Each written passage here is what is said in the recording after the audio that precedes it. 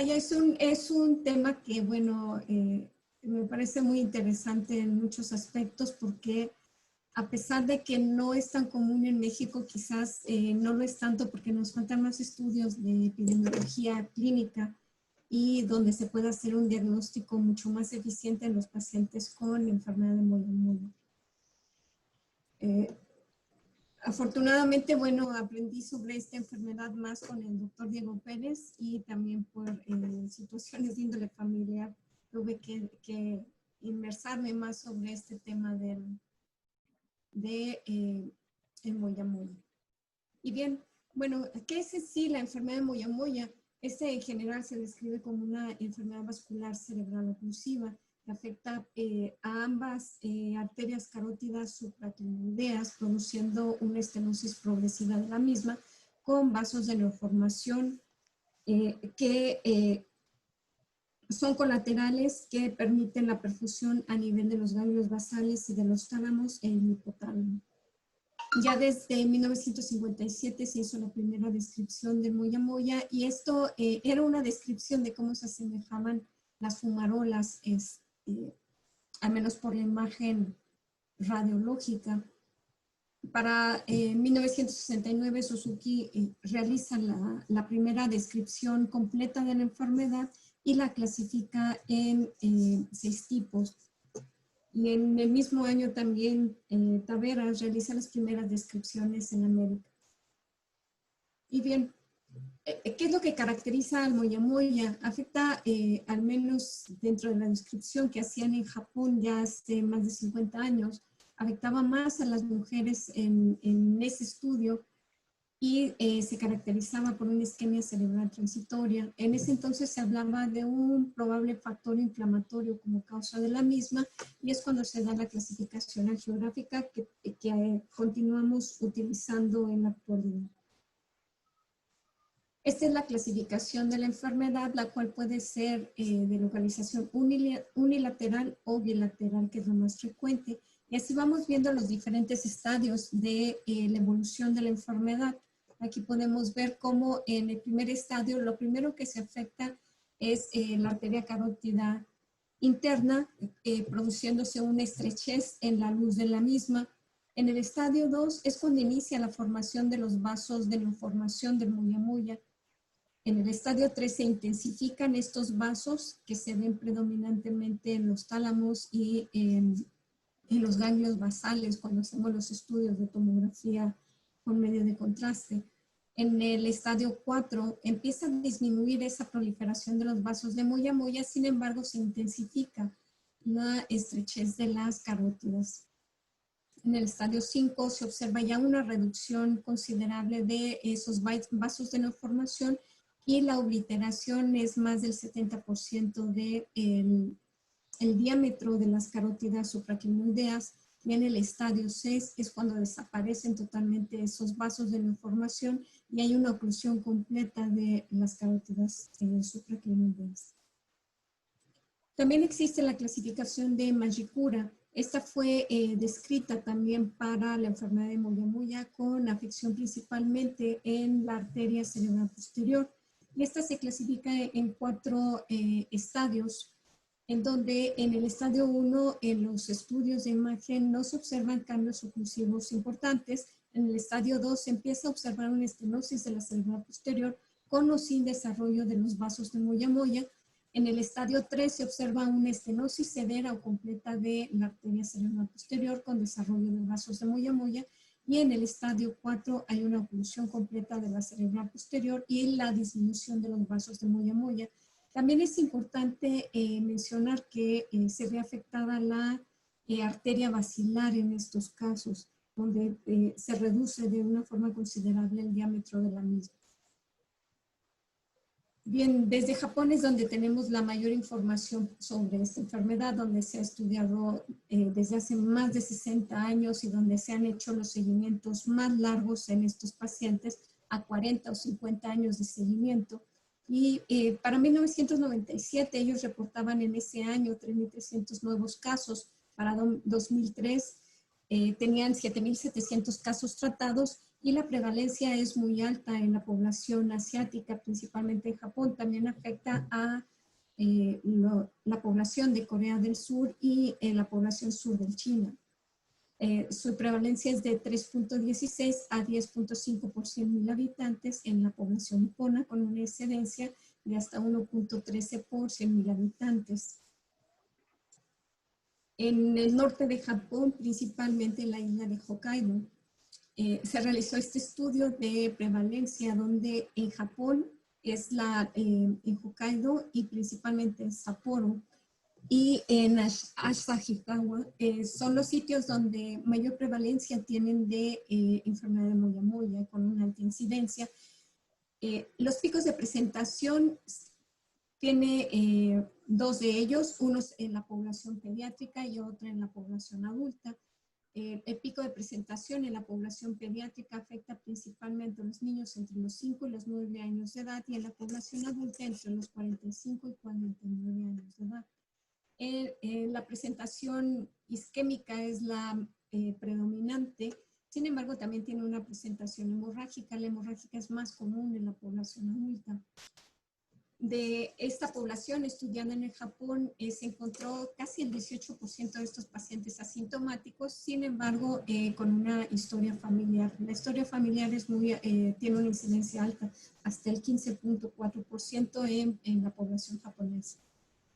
Y bien, existen múltiples estudios que se han estado realizando en las últimas décadas para poder conocer la fisiopatología de la enfermedad de moya moya y se han encontrado diversas variantes genéticas en el RNF 213 que afectan los MIRNAs. Hay disfunción también de las células endoteliales, se produce una disminución de la caveolina y hay una expresión mayor del CRAP1, los cuales inducen o estimulan la angiogénesis a través de factores de crecimiento y esto da como lugar también a el desarrollo de la angiogénesis aberrante y a la estenosis vascular.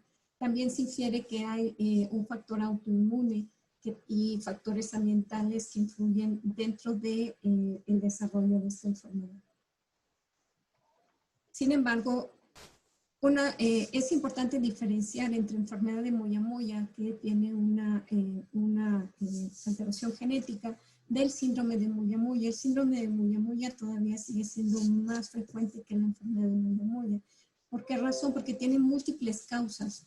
Entre ellas están las genéticas y congénitas, donde la deficiencia de proteína C es uno de los factores más importantes asociados al desarrollo de la enfermedad del síndrome de moya moya.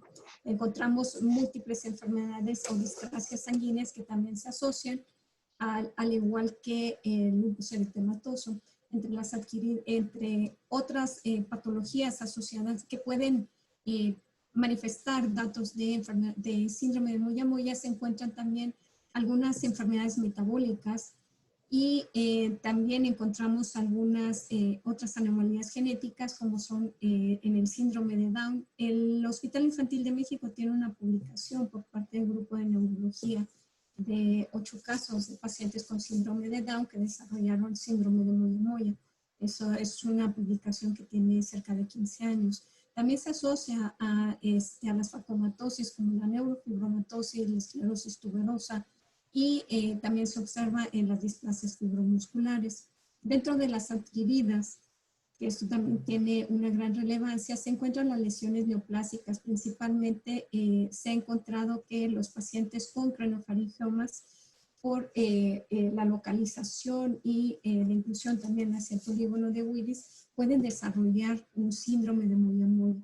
Y también se han descrito algunos casos de pacientes que han sido sometidos a radioterapia que pueden desarrollar un síndrome de moya moya. Los no clasificados están otras vasculopatías, dentro de ellas los aneurismas cerebrales y malformaciones arteriovenosas.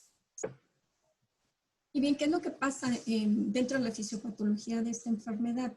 Vemos que de forma anormal desarrollan una proliferación de las células endoteliales y de la íntima, lo cual de forma progresiva va produciendo la oclusión del lumen de las arterias hasta producir la obliteración completa y la hialinización de la misma. De forma colateral vemos la formación de esos vasos que conocemos como moya que tratan de suplir la irrigación a nivel principalmente central, a nivel diencefálico, talámico, hipotalámico, para tratar de perfundir estas zonas que se van viendo afectadas conforme va evolucionando la enfermedad. Bien, las manifestaciones clínicas son diferentes tanto en población pediátrica como en población adulta. Como ya lo mencioné, en la población pediátrica la manifestación principal es de tipo isquémico. Los pacientes pueden presentar irritabilidad o dolor o cefalea. Algo que es muy característico en el niño es que durante el llanto, que es asociado a la hiperventilación, pueden presentar eventos isquémicos transitorios traducidos con hemiparesias o con paraparesias o con pérdidas del estado de alerta transitorio. Esto es muy importante porque es uno de los aspectos más importantes que hay que cuidar en estos pacientes para evitar eventos isquémicos o infartos cerebrales. Algo que también es muy característico a medida que va evolucionando la enfermedad es el deterioro intelectual que van presentando estos niños y la regresión en el desarrollo. También afectan la vía visual, pueden desarrollar epilepsia y dejar esta enfermedad de forma establecida zonas de infartos cerebrales. En la población adulta se traduce principalmente en una manifestación hemorrágica. También presentan de forma súbita cefalea, pueden también en algunos casos tener eventos isquémicos transitorios, infartos cerebrales, pero lo más característico es que se manifieste con hemorragias parenquimatosas, con hemorragias intraventriculares o hemorragia subaracnoidea. También se describe que algunas pacientes, sobre todo en etapa fértil, en mujeres embarazadas que tienen esta enfermedad, pueden debutar durante el embarazo con hemorragias parenquimatosas y también se asocia a todos los cambios que genera el embarazo, como también es la hiperviscosidad. Y bien, ¿cuál es la evaluación que debemos de realizar en estos pacientes? Es muy importante poder establecer la evaluación del déficit neurológico previo en las condiciones en las que llega el paciente, la evaluación neuropsicológica para poder establecer el grado de deterioro cognitivo y la estratificación por imagen. De inicio llegan con tomografías simples o con contraste, donde se pueden observar los vasos cómo proliferan a nivel de la porción central del cerebro. La angiotomografía nos puede ser de alguna utilidad, sin embargo, no es un estudio ideal. Lo que es la tomografía por emisión de fotón único nos permite evaluar las zonas de hipoperfusión en ese cerebro. El Doppler carotídeo nos sirve también para poder establecer el grado de estenosis a nivel de la carótida interna, a nivel del cuello, y el gol estándar es el estudio de angiografía cerebral, tanto para estadificar la enfermedad como también para evaluar las arterias que provienen de la carótida externa, de la circulación externa, que son las que nos van a poder permitir hacer un tratamiento de revascularización directa o indirecta en nuestros pacientes. Esto ejemplifica la presentación de la enfermedad, la presentación isquémica con infartos cerebrales y los vasos de neoformación, y vemos cómo a nivel del diencéfalo, vemos cómo los vasos de moya son mucho más dilatados en esta localización, y vemos también a nivel más basal cómo se empiezan a formar esos vasos en este estudio de tomografía con medio de contraste. Vemos también las áreas extensas también de infartos en este caso en particular de un paciente de 9 años de edad. La presentación hemorrágica, como ya la mencioné, esto son estudios de tomografía en adultos donde se ejemplifican las zonas extensas de hemorragia que puede presentar un paciente con enfermedad de neumonía. Bien, cuando tenemos un paciente con manifestaciones clínicas de eventos isquémicos transitorios, con cefalea persistente, crisis convulsivas, alteraciones en el aprendizaje o retraso mental o hemorragias cerebrales que ya se han establecido con los estudios de imagen, estos son los estudios en secuencia que podemos realizar en ellos. De hecho, bueno, nos hace sospechar una tomografía, una resonancia magnética en la enfermedad por los datos que ya les mencioné. Y como también ya se los había comentado, el estudio angiográfico nos permite poder estadificar y poder hacer una planificación del tratamiento, el SPECT con acetazolamida y el Doppler carotídeo, que son complementarios. Este es un caso de una de las pacientes que tratamos en pediatría. Es una paciente de 4 años de edad que debutó con un infarto hemisférico izquierdo, con hemiplegia derecha y afasia global. Este es el estudio angiográfico que se le realizó a la paciente, donde podemos ver con la estrechez de la carótida supraclinoidea, los vasos de neoformación a nivel de los ganglios de la base. Este es el estudio de angiografía de la carótida izquierda, también donde podemos ver en otra de las fases los vasos de neoformación a nivel etmoidal. Vamos viendo, de acuerdo a cómo van evolucionando las fases angiográficas, cómo se van comportando estas arterias y esos vasos de neoformación. En la circulación posterior podemos ver también la estrechez que tiene en el diámetro. ¿Viste o me escuchan? Sí, perfectamente. Ok. Ok, de esta paciente, bueno, la circulación posterior también se encontraba afectada con una disminución del calibre de la basilar y disminución también de flujo a través de la cerebral posterior. Se le realizó un SPECT cerebral a esta niña para poder evaluar las zonas de hipoperfusión a nivel del hemisferio predominantemente del lado izquierdo, era donde más hipoperfusión se observaba en este estudio. Y acá también se puede observar. El Doppler carotídeo, como les mencionaba, también nos sirve para poder observar el grado de estenosis que tienen estos pacientes, más bien la disminución del flujo y la resistencia que tienen en las carótidas internas. La angioresonancia también como un método de imagen no invasivo, también nos permite observar en estos pacientes las zonas extensas donde ya hubo zonas de infarto, ver algunos vasos de moya-moya a nivel del diencéfalo, y también la angioresonancia nos permite evaluar también esos vasos de moya-moya. Sin embargo, pues no es el estudio ideal para poder evaluar el tratamiento.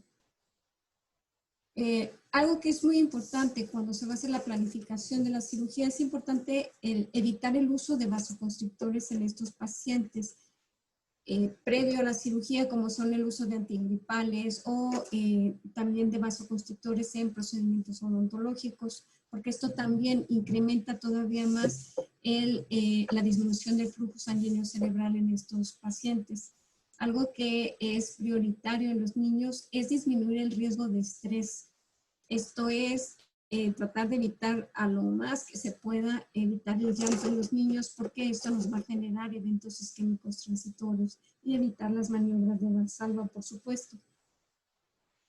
A través del tiempo se han descrito múltiples técnicas de procedimientos quirúrgicos para tratar la enfermedad de moya-moya, desde hace más de 50 años, donde se iniciaron los procedimientos de simpatectomía y gangliectomía cervical para tratar de producir vasodilatación en las carótidas.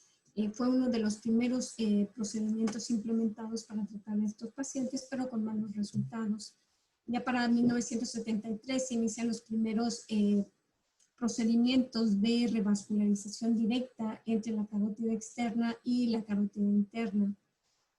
Para los mediados de los años 70 se inician los primeros revascularizaciones con bypass de la temporal superficial a la cerebral, a la arteria cerebral media, también realizada por el profesor Jas Argil. Sin embargo, también se ha demostrado por parte de los estudios a largo plazo de los japoneses en seguimientos a 40, 50 años, que estos procedimientos en particular para los pacientes con moya-moya no son los ideales. ¿Por qué razón? Porque a largo plazo se ha observado que estos pacientes desarrollan aneurismas en los sitios de la anastomosis.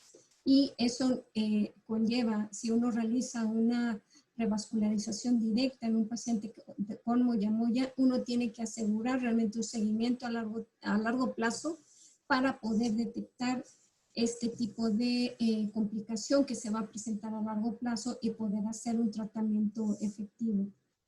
Si no, tendríamos también el resto de las complicaciones que nos producen las rupturas de los aneurismas.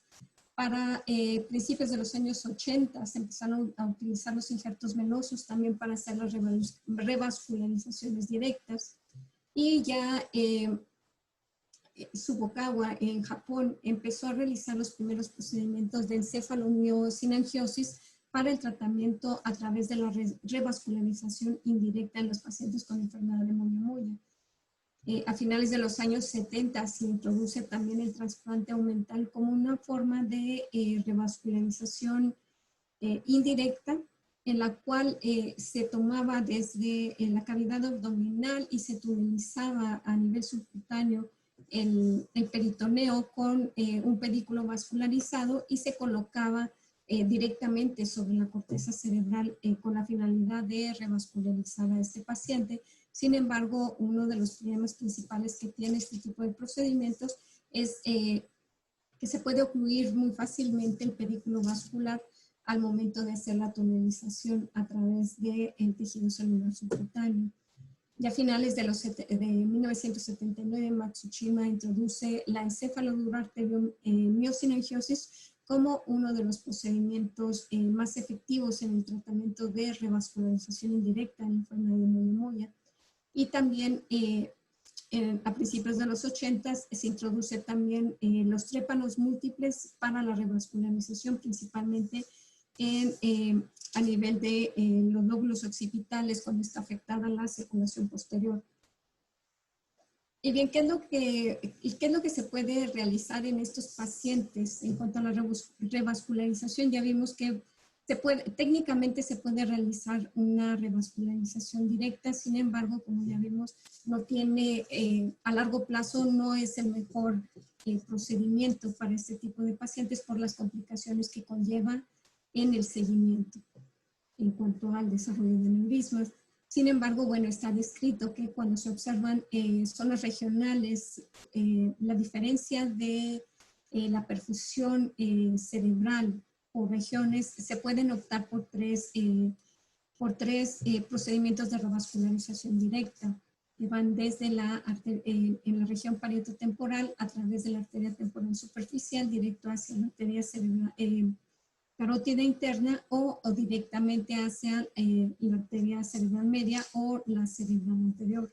En cuanto cuando se observa disminución de flujo a nivel frontal, se pueden hacer también anastomosis directas, como ya la mencionamos, y a nivel occipital, de la arteria occipital hacia la arteria cerebral posterior.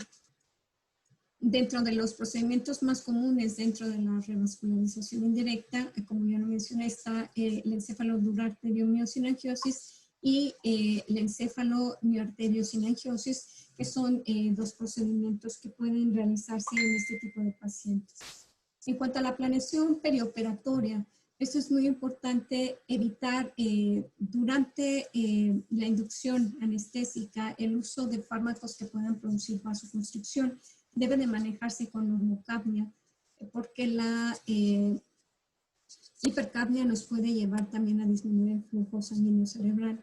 Mantener una presión arterial media en 80 milímetros de mercurio y evitar al momento de hacer las incisiones la coagulación de colgajos cutáneos y obviamente de los vasos arteriales a nivel cutáneo. Algo que es importante también en el manejo quirúrgico, se pueden agregar al manejo también la heparina de bajo peso molecular y los antiagregantes plaquetarios. Estas son las técnicas, cómo se realiza la encéfalo-duroarteriomiosinangiosis en los niños, cómo se diseca la arteria temporal superficial y cómo se va a dosar la misma a nivel de la subpial. Y en el lado derecho podemos observar las técnicas que se realizan de revascularización directa, que pueden ser por la arteria temporal superficial o pueden utilizarse también injertos de venasa ajena para este fin. pero esto es mucho más útil en pacientes que tienen grandes aneurismas u otro tipo de patología, más no en el molla. Y bien, Matsushima, aparte de desarrollar su técnica del encéfalo arteriomioceangiostis, también desarrolló una escala para la evaluación postquirúrgica de los resultados en estos pacientes, donde se clasifica en cuatro grupos que son muy importantes, en el cual en el primer grupo corresponde a los pacientes que tienen una excelente evolución en cuanto a los síntomas, con un control de los eventos isquémicos transitorios y de las crisis convulsivas, las cuales se espera que desaparezcan totalmente cuando se tiene un buen resultado y sin un déficit neurológico establecido. En el grupo 2 se califica como bueno cuando los síntomas desaparecen, aun y cuando este paciente tenga un déficit neurológico permanente. En el grupo 3 se considera un resultado moderado cuando los síntomas persisten, aunque estos son mucho más aislados, la frecuencia es mucho menor en cuanto a la aparición de los mismos. Y en el grupo 4 se califica como un resultado pobre cuando permanecen sin cambios o empeoran porque persisten con eventos isquémicos estos pacientes, a pesar de la cirugía. Y bien, estos son algunos de los pacientes que nosotros tratamos hasta 2015 con este seguimiento con enfermedad de molla-molla. Fueron 15 pacientes, de los cuales predominantemente fueron mujeres, 11 de ellos y 4 varones, con rangos de edad entre los 24 a los 144 meses, con una mediana de 96 meses. Fueron sintomáticos 14 casos y un caso fue asintomático. Cabe mencionar, fue un paciente del doctor Diego Pérez, una hermana de una de nuestras pacientes, se mantenía asintomática, eran gemelas y solamente una de ellas desarrolló la enfermedad con síntomas. En cuanto a la evaluación de síntomas de presentación, el más común fue el déficit neurológico caracterizado por hemiparesia. 6 de ellos tuvieron manifestaciones de cefalea, en 5 de ellos tuvimos afasia, en los casos en donde fue del lado izquierdo. El déficit visual fue en 7 pacientes y las alteraciones del aprendizaje en 4 de ellos. En todos ellos se realizaron tomografías simples y con medio contraste, se realizaron SPECT cerebral en 10 casos, solo en 5 casos resonancia magnética y a todos ellos fueron sometidos a parangiografía cerebral. Se utilizó la clasificación de Suzuki para la estadificación de estos pacientes, encontrando que la mayoría de ellos se encontraban en un grado 4. 8 de los casos, tuvimos 3 en grado 5, 1 en grado 6 y solamente un caso en el grado 1. Estos pacientes fueron llevados, 14 de ellos fueron llevados a la cirugía, de los cuales se realizaron procedimientos de revascularización indirecta en 12 de ellos. 12 de ellos, 6 fueron unilaterales y 6 fueron bilaterales. Se trataron a través de trépanos con encéfalo arteriomioceangiostis en 2 de los casos y con trépanos y revascularización indirecta en solamente un caso. Esta es la técnica que se realiza habitualmente para poder hacer la disección de la arteria temporal superficial, donde cuidamos de no coagular los bordes al momento de ir haciendo la disección y se va definiendo completamente la arteria temporal superficial y sus ramas. En esta imagen ya tenemos completamente disecada la arteria temporal superficial y vemos aquí abajo la fascia del temporal. Tratamos de extendernos lo más posible hacia la región también del frontal para poder hacer más extensa este tipo de procedimiento. Se hace la disección de la fascia del temporal y se diseca el músculo temporal y se desinserta, conservando completamente nuestra arteria temporal superficial. Eso es muy importante para poder continuar en el procedimiento y esta es una de las partes más importantes también en la revascularización directa, la conservación completa en su mayor longitud de la arteria temporal superficial. tener mucho cuidado de no realizar ningún corte o alguna coagulación más cercano hacia el pedículo de la misma. Ya una vez que hacemos esta disección, realizamos una craniotomía y procedemos a realizar la disección del aracnoides para poder tener libre la pía. Y posteriormente a esto, ya una vez que descubrimos la pía aracnoides, tenemos que tener mucho cuidado al movilizar la arteria temporal superficial para poder adosar esta directamente sobre la pía aracnoides. Aquí podemos ver en esta imagen cómo ya se hizo la reflexión también de la dura madre hacia la base del cráneo para poder permitir que los vasos de la dura madre también nos ayuden a mejorar la vascularización en esa zona. Posteriormente a la colocación a la adosión de la arteria temporal superficial hacia la pía aracnoides, lo que hacemos es colocar sobre esta zona el músculo temporal y lo que vamos a hacer con la fascia del temporal, la vamos a suturar hacia la dura madre que encontramos aquí en los rebordes de la misma. Algo que hay que tener mucho cuidado al momento de hacer al suturar la fascia del músculo con la dura madre, es no ocluir el diámetro de la arteria temporal superficial en ninguno de sus dos extremos. Eso es fundamental para permitir que continúe el flujo en esa zona. Al momento de adosar la fascia, adosamos también el músculo temporal directamente sobre la pía aracnoides.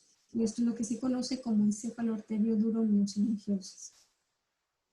Una vez que hemos realizado este procedimiento de la sutura de la fascia del temporal hacia la dura madre, posteriormente colocamos nuevamente el colgajo óseo, cuidando también de mantener la permeabilidad de esa arteria temporal superficial en sus dos extremos y terminamos el procedimiento quirúrgico. Generalmente no cortamos el cabello en ninguno de estos pacientes.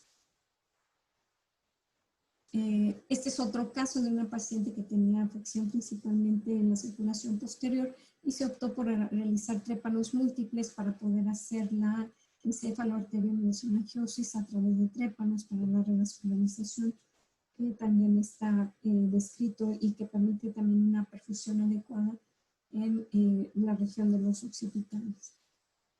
Y bien, la evaluación posquirúrgica se realiza a través de la evaluación clínico-neurológica en estos pacientes y se realiza también una angiografía para poder evaluar los vasos de neoformación que buscamos a través de la revascularización indirecta y se evalúa también por parte de neuropsicología el aprendizaje. De estos casos que nosotros realizamos los procedimientos, tuvimos dos casos con una muy buena evolución, excelente respuesta al tratamiento. 6 de ellos fue considerado como bueno la evolución posquirúrgica en el seguimiento a largo plazo.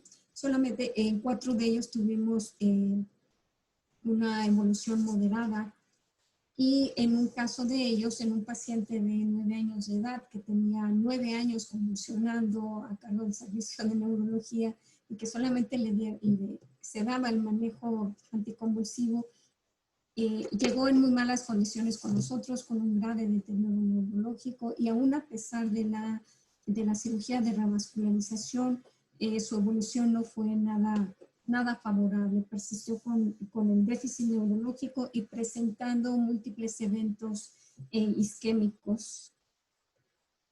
En cuanto al seguimiento de estos pacientes, como ya lo mencioné, esta es una de las partes que es importante también para ver cómo evolucionan y qué es lo que pasa con esos vasos. Esta es una paciente que tenía un síndrome de Moyamoya con una deficiencia de proteína C asociada. Quedó con nosotros al servicio de neurología por presentar irritabilidad, déficit de atención y con una hemiparesia izquierda y crisis convulsiva secundarias a un infarto cerebral. Este es el estudio de la angiografía preoperatoria, donde vemos el compromiso de la circulación anterior y los vasos de neoformación de Moyamoya. A esta paciente se le hizo la revascularización indirecta bilateral Y estos son los estudios angiográficos a un año de procedimiento, quedando con un Matsushima 2, y donde podemos ver a través de la arteria carótida externa cómo va formando esos vasos que nosotros buscábamos para la revascularización indirecta hacia la corteza cerebral que se encontraba afectada. Y bien, en conclusión, en México necesitamos, al igual que en Latinoamérica, más estudios epidemiológicos que nos permitan establecer la incidencia y la prevalencia de esta enfermedad. Es importante que cuando nos llega un paciente pediátrico con una zona de isquemia o con un infarto cerebral establecido, hacer el estudio de escrutinio para poder establecer si este paciente tiene o no una enfermedad o un síndrome de Moyamoya. Esto es importante para el tratamiento oportuno. Al ser una enfermedad isquémica, produce regresión en el desarrollo en los niños y discapacidad severa en el adulto debido al diagnóstico tardío, y es potencialmente mejorable con cirugía de revascularización directa e indirecta. Ella es la última paciente que les presenté de 3 años. Esto es en su fiesta de 15 años, a donde afortunadamente fui invitada por los padres en agradecimiento para haberle dado el tratamiento a esta niña. Y podemos ver que podemos mejorar la calidad de vida de una forma importante en estos pacientes. Sí es importante reconocer el seguimiento a largo plazo. Con nosotros solamente podemos verlas hasta los 16, 17 años. Sin embargo, es importante también reformular toda la información que deben de tener estos pacientes cuando son derivados al seguimiento en neurocirugía de adultos para su adecuada evaluación y también para evaluar posibles complicaciones a largo plazo, porque ya sabemos que algunos de estos pacientes a largo plazo, a 20, 30 años, pueden desarrollar también, no solamente los aneurismas que vimos se desarrollan en los sitios de anastomosis en revascularización directa. Estos pacientes potencialmente pueden desarrollar microaneurismas a nivel de los ganglios de la base. Muchas gracias. Ok. Gracias, Gris.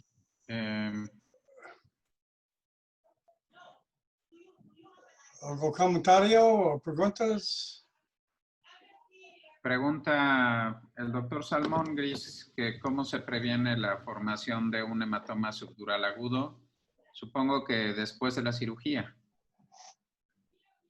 Generalmente, bueno, con estos pacientes no hemos tenido hematomas subdurales agudos. Sin embargo, pudiera ser un riesgo si deja sangrando el músculo temporal. Generalmente esa es la parte donde hay que tener más cuidado al momento de hacer la revascularización indirecta, de no dejar el borde sangrante.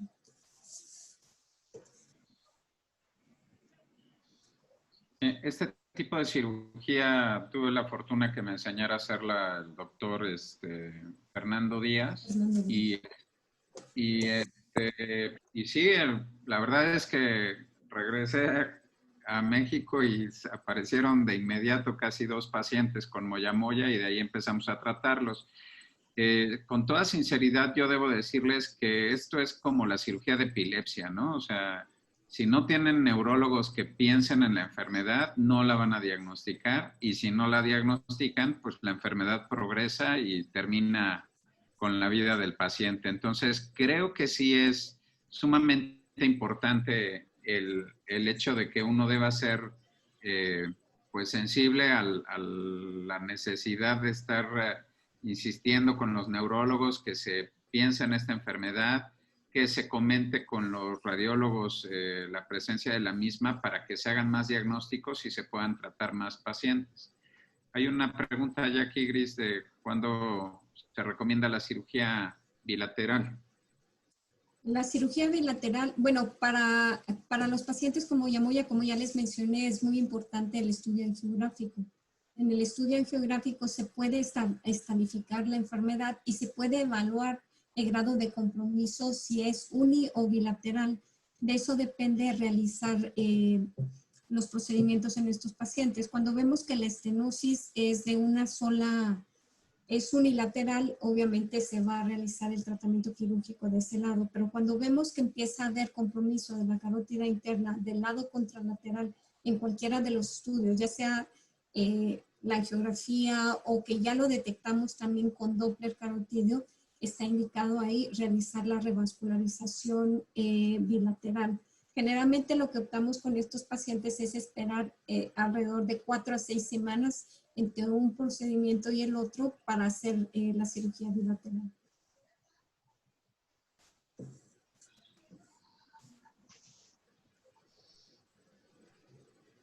Ahora sí, Abraham, creo que tenías un comentario sobre un paciente con cavernoma, ¿no? Hola, gracias. Buenas tardes, noches. Hola, buenas tardes. Bien, sabemos que es inusual, pero el caso de un paciente con malformación cavernosa múltiple, casualmente hija de un pediatra, fue intervenida con radiocirugía después de una cirugía, digamos, fallida para resecar una lesión en el área elocuente del lado izquierdo. Se le dio radiocirugía y a los meses, o al siguiente año de su tratamiento de radiocirugía, hizo hipertensión endocranial importante, por edema cerebral importante. De hecho, le enviaron, no, pues es un glioma, ¿no? Se evaluó a la paciente, se analizan sus antecedentes, se considera a determinar la estirpe histológica de la lesión y se identificó efectivamente una lesión vascular en relación a cavernoma, edema cerebral, gliosis y datos sugestivos a radionecrosis post-radiocirugía. La paciente a los 6 meses después se le intervino con cirugía por otra lesión, pero ya focalizando clínica y por electrofisiología. Es un comentario y predominantemente procuramos hacer cirugía a los pacientes. Y si me permiten el comentario, hay una mujer de 36 años en enero de este año, después de 3 meses de internamiento en otra unidad hospitalaria, trae una lesión, ahora sí, como diría el doctor Mars, una gallina con dientes, trae un cavernoma intraventricular y tenemos, no lo operamos porque después de 3 meses de cirugía, de hospitalización, perdón, estuvo con nosotros un mes y hizo plaquetopenia, posiblemente asepsis, así consideramos, si no la intervenimos con cirugía, pero después tendremos oportunidad, esperemos comentar una cavernoma intraventricular en el tercer ventrículo. Bueno, gracias. Gracias, Abraham, por tu retroalimentación.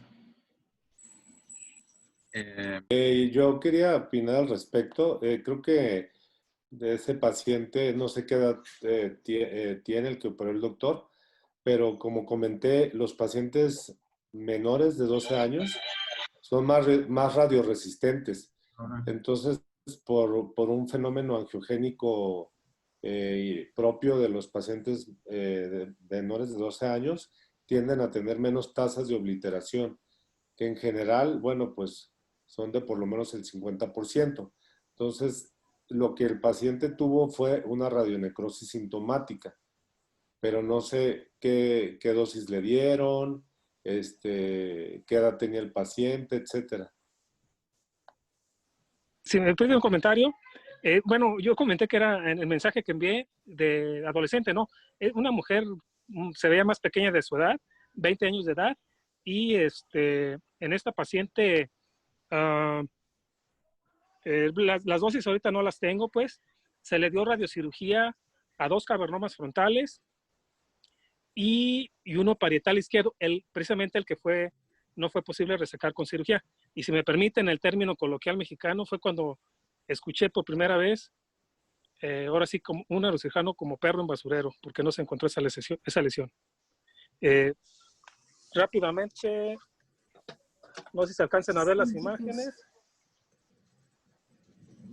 Ahí tiene un gran edema el paciente, pero bueno, quería mostrarlo así rápidamente, pero no.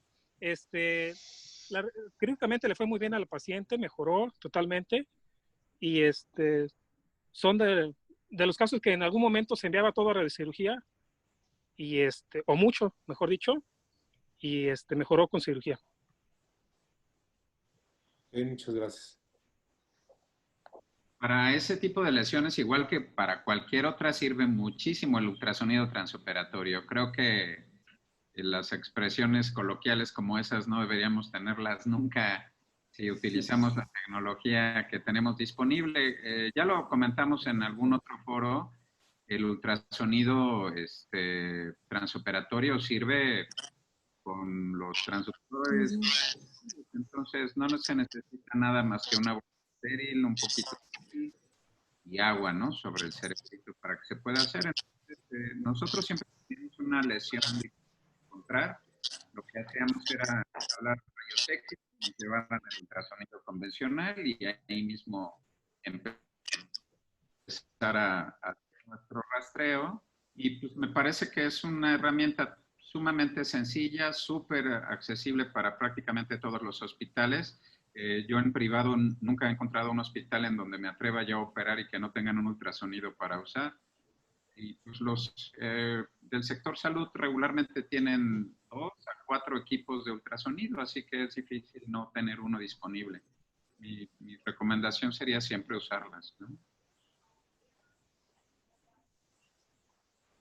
Sí, de hecho ayer el doctor Natal mencionó mucho el uso tanto del ultrasonido transoperatorio, así como de la neuronavegación para la localización de estas lesiones y el abordaje de los cavernomas, sobre todo en las áreas elocuentes y en algunos de localización profunda. Claro. Muy bien, ¿algún comentario adicional de alguno de los panelistas, de los asistentes?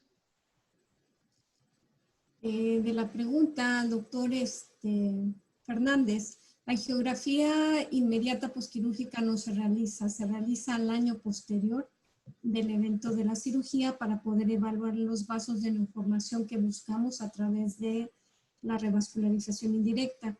Sí está indicado realizar un Doppler para evaluar la permeabilidad de la arteria temporal superficial, pero principalmente cuando se realizan las revascularizaciones directas. En niños particularmente... En los niños no se realiza, habitualmente no se realiza revascularización directa por lo que ya habíamos mencionado, que a largo plazo desarrollan aneurismas. Es más común que se vea que se realiza en los pacientes adultos. Sin embargo, para poder corroborar la permeabilidad, sí el Doppler es una excelente herramienta y menos invasiva, pero si nosotros queremos ver ya los vasos de neoformación que buscamos a través del encéfalo duro arteriomiosinangiosis, se necesita realizar el estudio hasta un año después para poder verificar la formación de estos vasos. Los vasos de neoformación.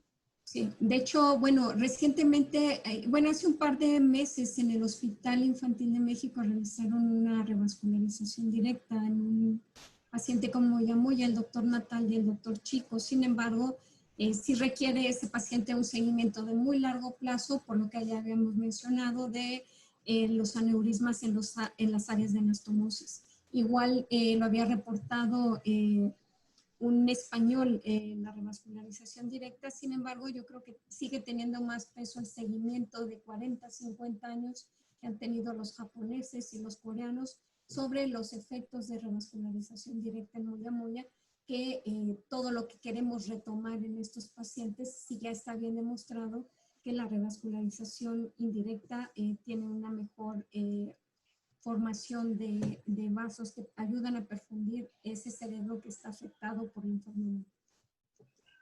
Sí, hay mucha discusión respecto a eso, pero pues yo soy de la opinión de que no le podemos enseñar a los japoneses qué es lo que hay que hacer, ¿no? Ellos han intentado absolutamente todas las técnicas de revascularización, incluidas, como estaba comentando Griselda,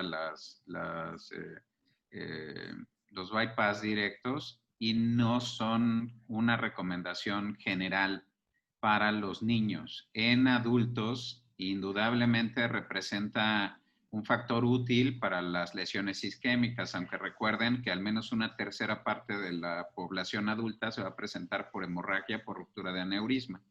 Entonces, sí hay que conocer la enfermedad para proponer el tratamiento más apropiado, ¿no? Gracias, Gris. Pregunta de Mario. Mario Salon tiene pregunta. Ándale, Mario. Gracias, ¿me escuchan? Sí. Sí, ok. Más que pregunta es un comentario. Ya en varios temas se ha hablado del diagnóstico tardío, los tumores, las craniosynostosis, ahora esto de moya-moya. Es cierto que es un área muy especializada.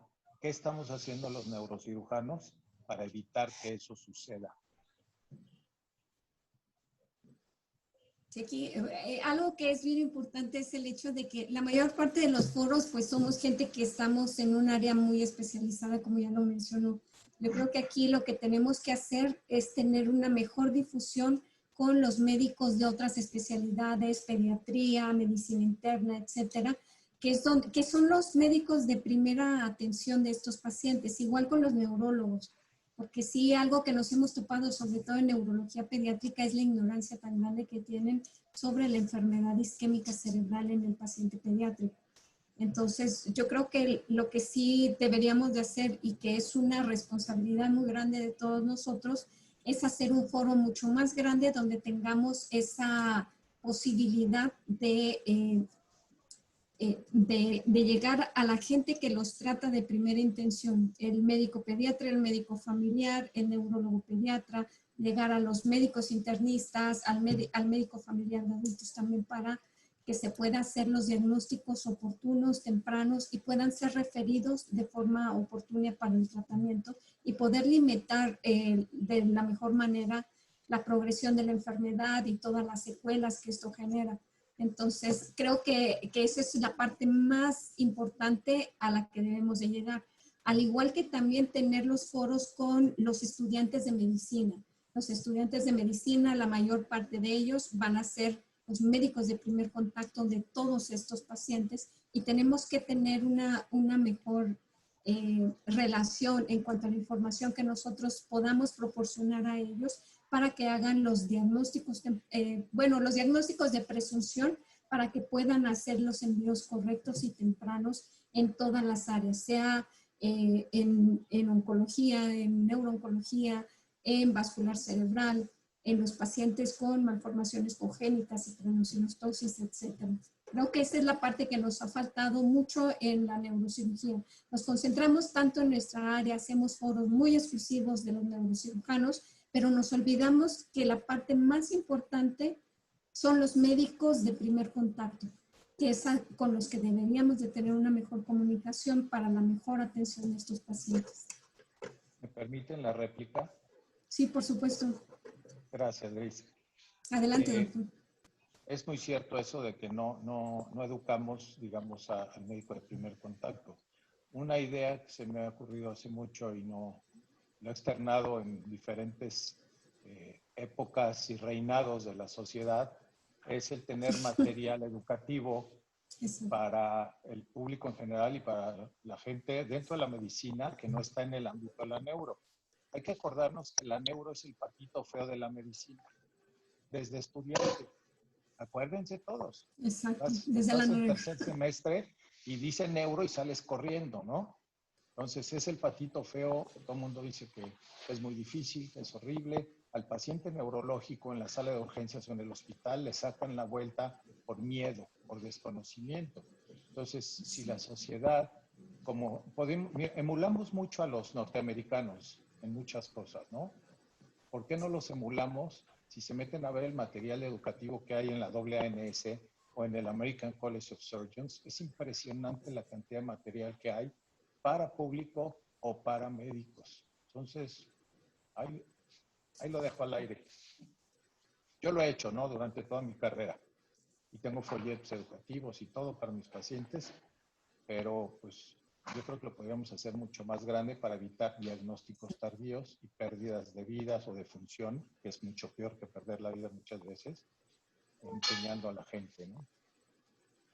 Yo quiero comentar que durante un periodo relativamente breve, digo relativamente porque estuve más de 20 años en pediatría del siglo XXI, pero pues probablemente unos 6 años sí conseguimos que los neurólogos rotaran a neurocirugía, los neurólogos pediatras que estaban formando.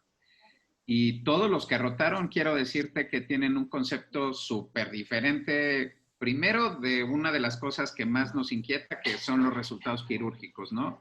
Ninguno de ellos, de los que tuvo la rotación con nosotros, tiene un mal concepto de la cirugía.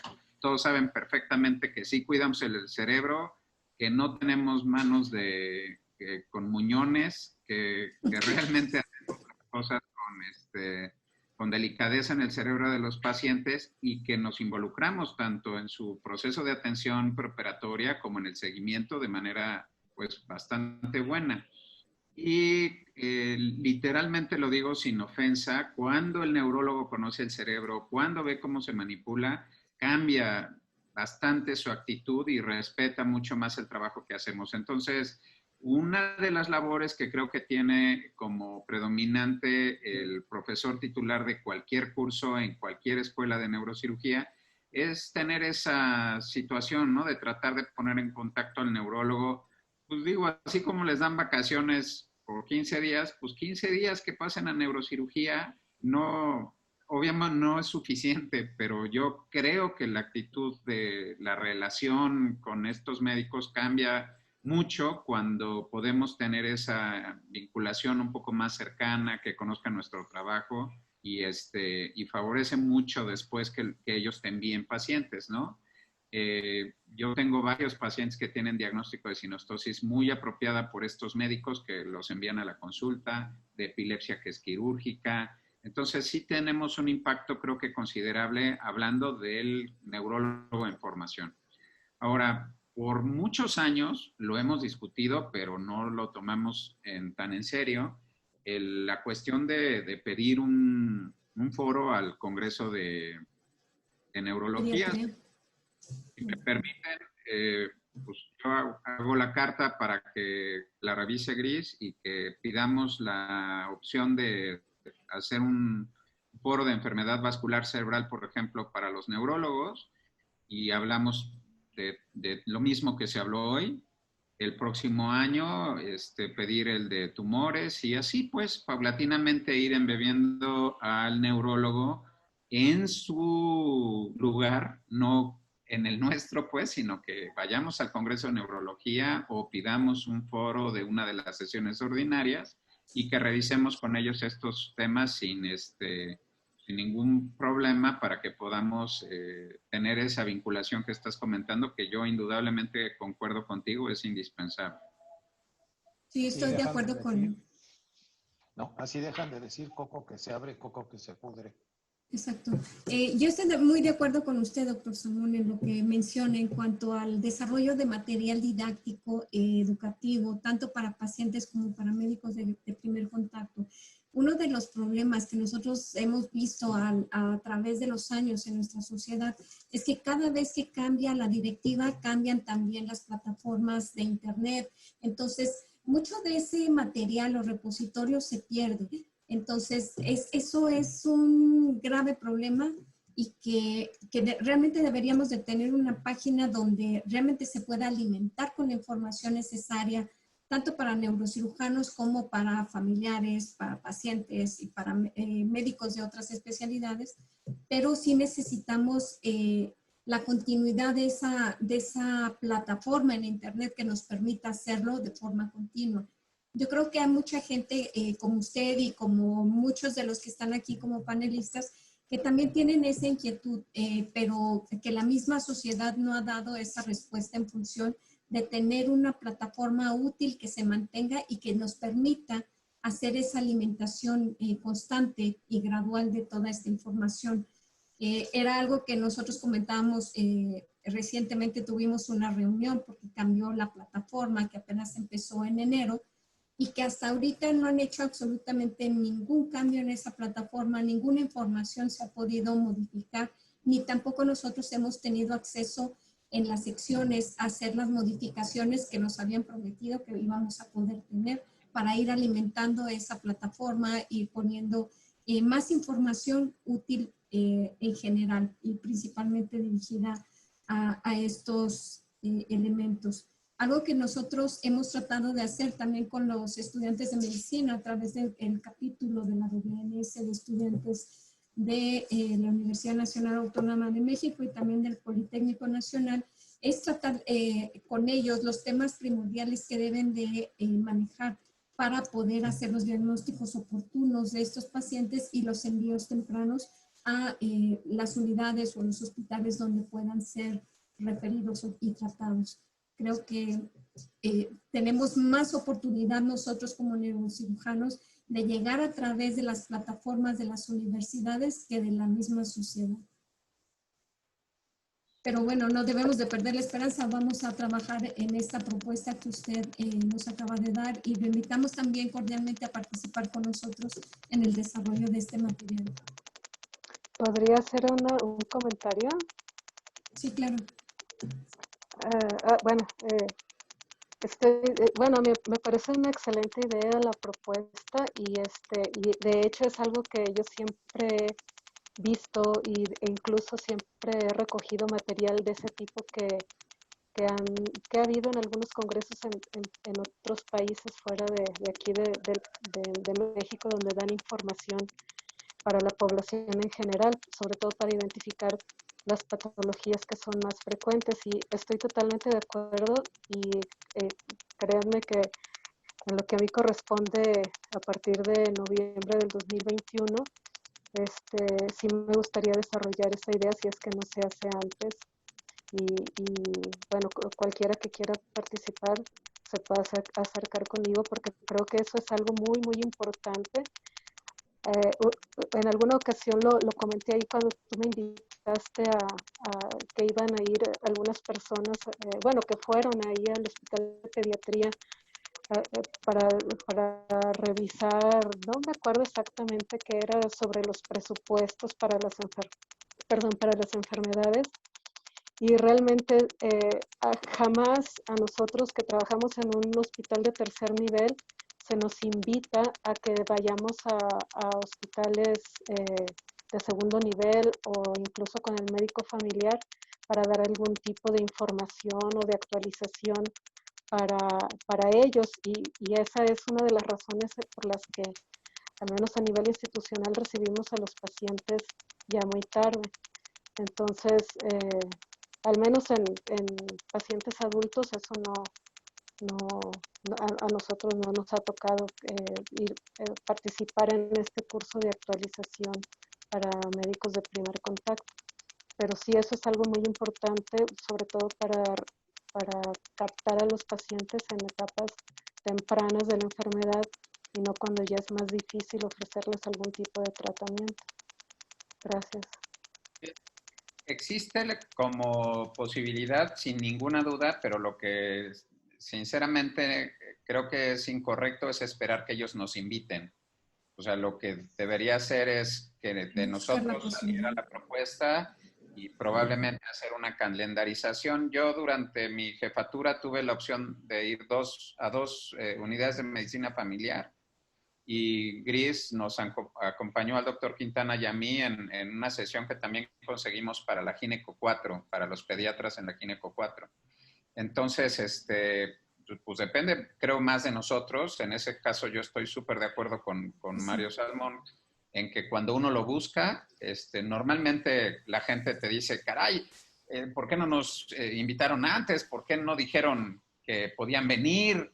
No sabíamos que tenían los temas. Por supuesto que todo el mundo sabemos que nos podemos comunicar y todo, pero pues me parece sí una muy buena actitud del médico especialista el que proponga, que dé la idea de que sí puede existir esa retroalimentación. Sinceramente, podemos hasta obtener de dónde vienen los pacientes, ¿no? Para ver qué hospital es el que nos envía más, cuál es el que nos envía menos.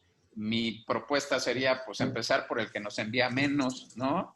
Pero buscar también las sesiones de retroalimentación con los que te lo mandan más para que se enteren, pues, en una información de bloque, cómo les va a sus pacientes. Entonces, sin duda, este tipo de cosas yo creo que las podemos formalizar, Barbarita, sin problema para cuando... Yo creo que ni siquiera esperar a que tú llegues, sino empezar a trabajarlas desde ahora. Y que podamos hacerlas. Yo creo que eso ninguna persona de la sociedad lo va a ver mal. si a ustedes les parece bien, nos podemos comprometer a que tengamos una reunión igual por Zoom y nos ponemos de acuerdo en qué temas son los que proponemos para que se inicie esta situación, cuáles haríamos para la Academia de Neurología en adultos, cuál para la de pediatría, y que esto empiece a funcionar de una manera un poquito más dinámica. Hay que bajar Claro que sí. Estoy totalmente de acuerdo en que no esperar precisamente hasta que yo llegue, pero si no se hace antes, por parte de la sociedad, cuando yo ya pueda trabajar esto completamente o autorizarlo y trabajarlo obviamente también, o en último caso continuar con lo que se logre antes, ¿no? Pero sí, es algo que se tiene que hacer lo más pronto posible. Claro, Sí, de acuerdo. de hecho, bueno, nosotros estuvimos trabajando con los grupos relacionados de atención ambulatoria a nivel nacional dentro del instituto, desarrollando también cada uno de los grupos de atención y todo lo que eso implicaba también en cuanto a costos, sobre todo porque entre más tardío es el envío de un paciente, es más costosa la atención. Y lo que tratamos de limitar no solamente es la discapacidad o la mortalidad en esos pacientes, sino también reducir los costos. Lo podemos trabajar, sí.